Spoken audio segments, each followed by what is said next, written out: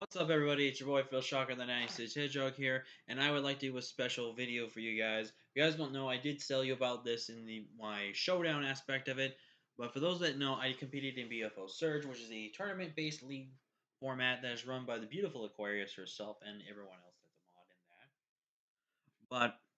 But we competed in both the showdown and Wi-Fi. Obviously, in showdown, you guys saw we finished 2 and 3.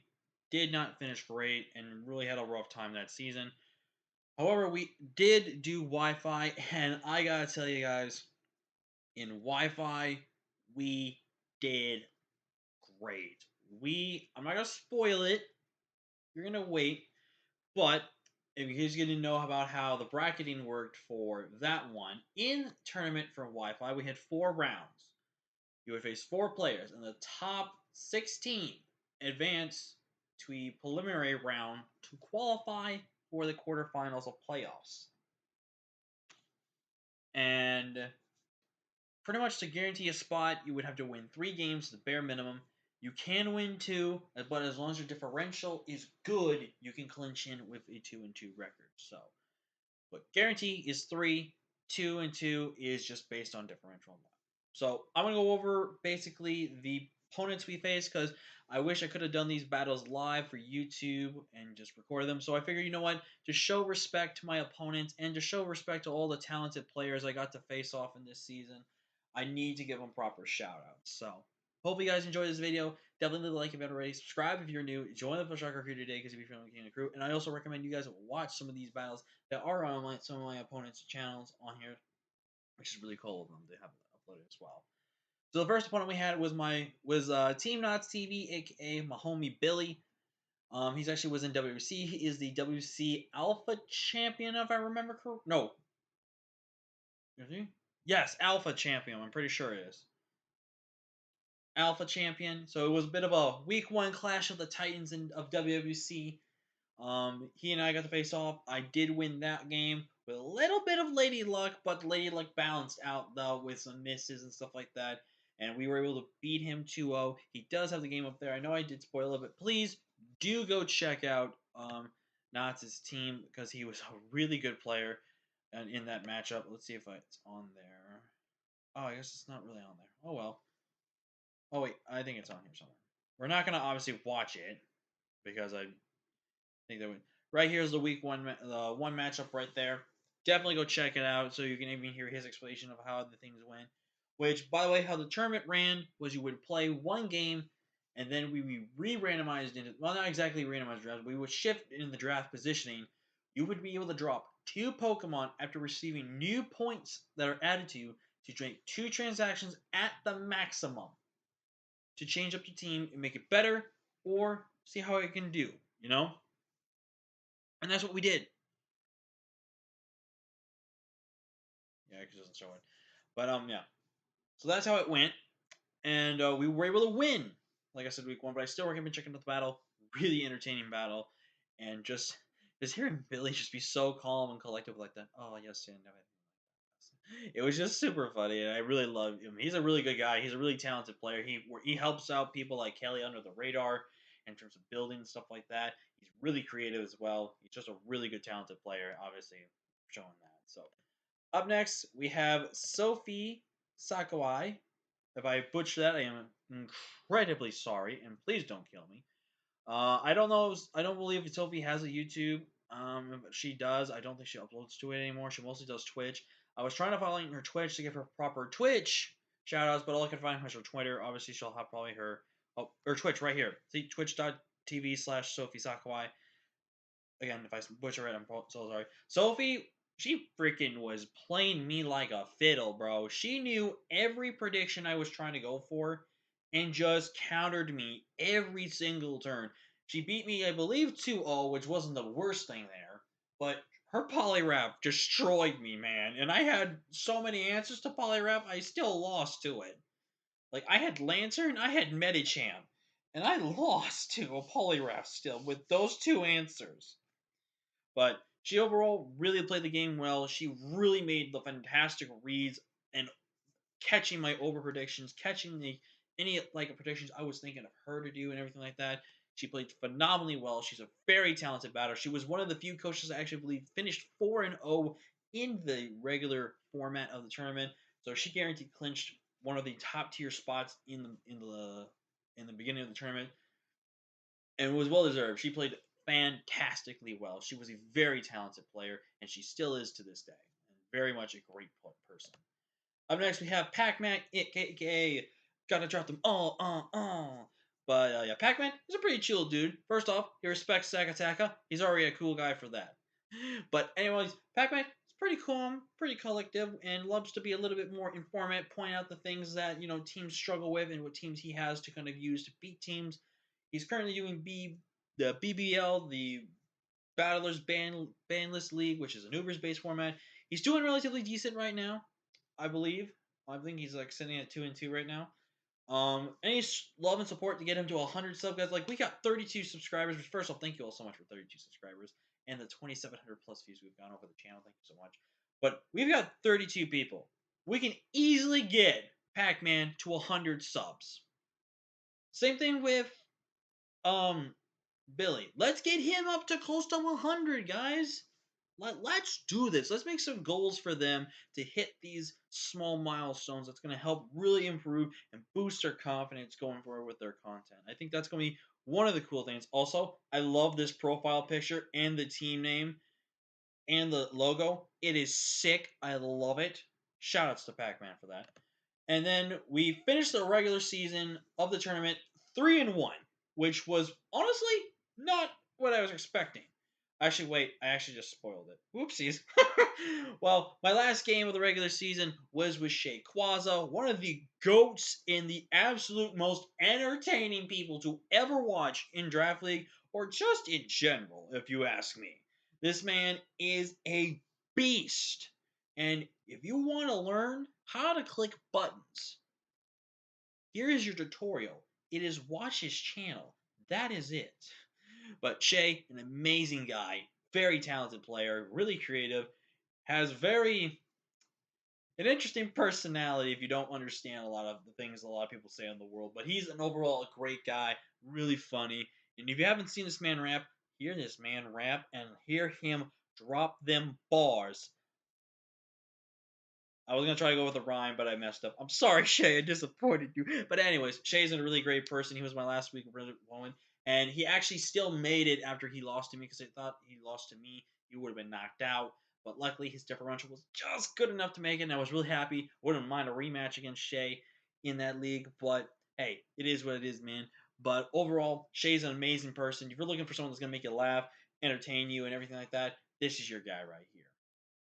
Up next, we have a man that tells you how to treat the kids, love the kids, and more importantly, tells you to respect a sandwich. That is my homie, Q, the Q Costa Rican. And Q, the match with Q was phenomenal. One of the best games I've played and one of the best prep I had. Q had some really good brings on his end. He had some really solid builds around his end. And he had a scary mammal swine, which I was very terrified of. And we really brought the crazy prep that he would not expect, and the Empoleon Penguin, and his reactions to that was hilarious, and that's a worth of viewing of itself. Again, we have 32 subs. We can get Q to that near mark of 500, guys. We can do that.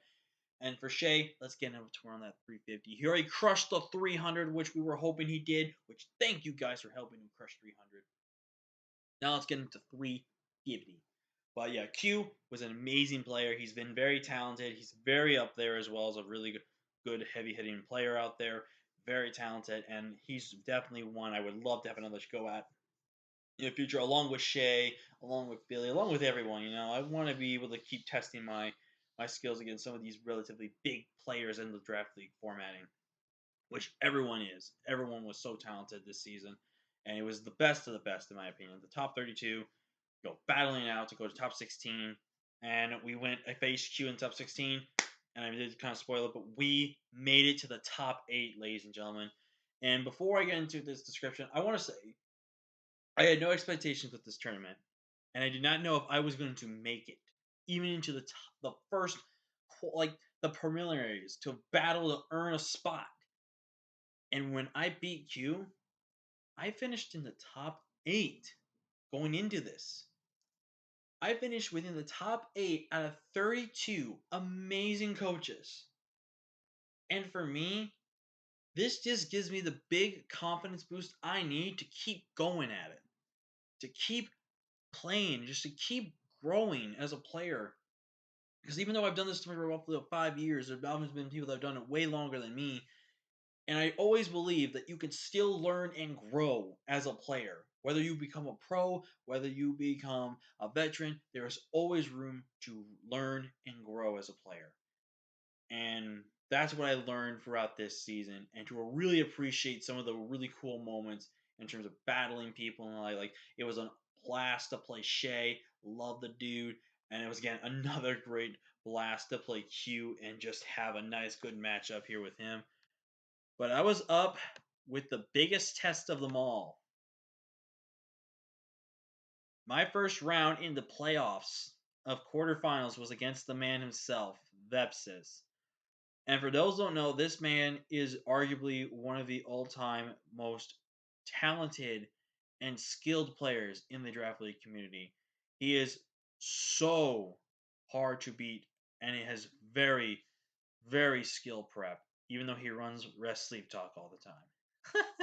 Sorry, Vepsis. I had to do that one time. But anyways, Vepsis, an amazing battler, multi-time champion, back-to-back champion for the UBL, has come back when he did the AquariusZ Champion, which was hosted by Aquarius. He came back and is coming back, especially when he had a really hard time with his job and life coming up into him. He had to stop doing YouTube. He had to drop from his leagues and all that stuff, which was super hard. But with the fact that we saw him come back, really put a smile on my face, especially when he goes, "What's up, my little Danos? Veps is here." Like, that just puts a smile on my face. Literally just him saying that one line just makes me immediately love the video just because it makes me smile. I just love it. I don't know if it's because of his accent, but just the way he just does the line is so awesome. That's why I love Vepsis. He's just a really fun guy. He also doesn't really care what he says. He shows excitement, he shows his sadness, but he takes it with stride and he takes it with class. He's a really good performer and a really amazing battler. And the fact I did lose, unfortunately, but we finished top 8, which I can't be mad about. And if anything, I only lost to Vepsis 2-0 in the 4v4s. I could have lost 4-0, I could have lost 3-0, but I finished 2-0. I could have finished 1-0, but it was a potential roll, and the roll was probably in Vepsis' favor. But anyways, Vepsis was an amazing person to battle. He was one of the best battlers in the entire draft league formatting that I definitely wanted at least a shot at, and I got my shot. And even though I came up short and lost, again, it was only 2-0, I realized some of the mistakes I made looking back and reflecting on the matchup. I definitely realized the things I could have done to have made myself better in that match. If I had swapped certain abilities and had played my cards right, I would have won this. I could have probably had beaten Vepsis potentially. Not a guarantee, but it could have been a potential. But overall, I had a great time with BFO Surge. And again, I got to battle one of the people I really wanted to test my skills against. And I would say, even though I realized the mistakes I made and now know that, still losing 2-0 is not the worst thing. And again, for me to finish in the top 8 was honestly something I never thought I would do. And there's one person I have to really thank for that, and that is the owner of the thing itself. And also, let's get Vepsis up to around 350, guys. Come on, we can do that. Same thing with Aquarius. Let's get her up to 350. For those who don't know, I got into the BFO Surge from Aquarius. She personally invited me after our game in her side main or off season league. I can't remember off the top of my head, and I feel so bad about this. I really, really do. Her and I faced off finals. We were talking. She even thought of, maybe we should invite you for Surge. Your performance was really great. You did really, really well. I think you could be a really good candidate. And when Surge was rolling around before it officially ended, she personally invited me to join Surge, fill out the applications and stuff like that. and asked me to be a part and just pick if I wanted to join one, and I did join both. And even though I did bad on one, I did better on the other. Which, in my opinion, I'm glad I did better in Wi-Fi versus Showdown, because Wi-Fi had the better players. No disrespect, there was obviously some amazing players in the Showdown side of things as well, but there were amazing players in Wi-Fi that were in there, and I wanted to test my luck against them. I got to play against some of them. I won against some of them. I lost against some of them. And again, overall, our record, we went 4-2, which I'm gonna take. That's phenomenally great for the field it has. But again, this was not possible without Aquarius, man. Like, if it wasn't her seeing that talent I did back in her off-season league she hosted with us there, and seeing what I had for potential, and thought, you know what, I think this is a guy that deserves a chance to fill out an app and see if he can hang with some of the best in there. And you know what? I pretty much did. I would have been at least a dream to have made semis, and it would have been an awesome honor to face her either in semis or have a shot the chance to face her in the finals if we made it there together.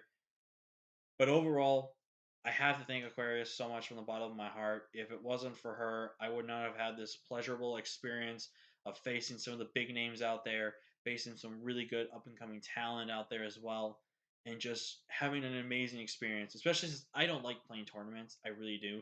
I hate that you're just one in and out, but this one it wasn't one in and out.